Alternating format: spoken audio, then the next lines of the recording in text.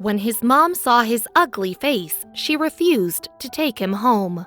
We've all heard the expression, a face only a mother could love, but sometimes even a mother's love doesn't come easily. Robert Hogue was born with a tennis ball-sized tumor on his face and legs so badly deformed that doctors had to amputate them right away. His mother was absolutely devastated and didn't know if she could raise such a child. It would be easy to demonize the new mom based on her reaction, but there's much more to this story. The circumstances around Robert's birth are just the beginning.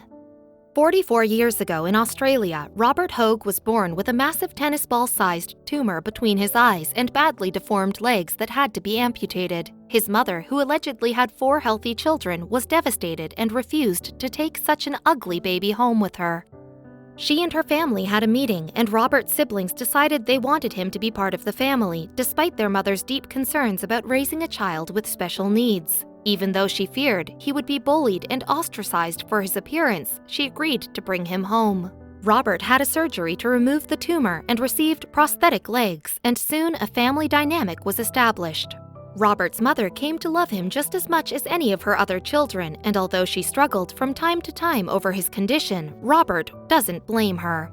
He says that his mother was always very open with him about her initial hesitation to raise him and her difficulties along the way. The doctors had encouraged her to keep a diary through Robert's early medical problems, which she kept doing throughout her life. She would occasionally read it to Robert.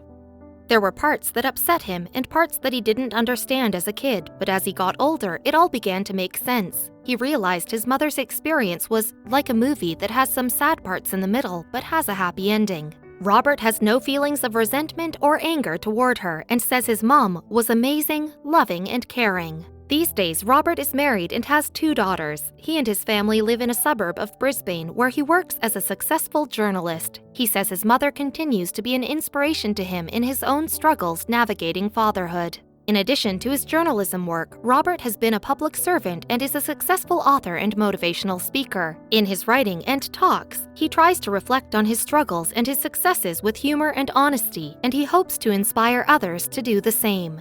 In 2013, Robert recounted his experiences in a memoir called Ugly, which was an international success and has inspired people all around the world. His early life may have been difficult, but it sure seems like Robert has managed to make the best of it.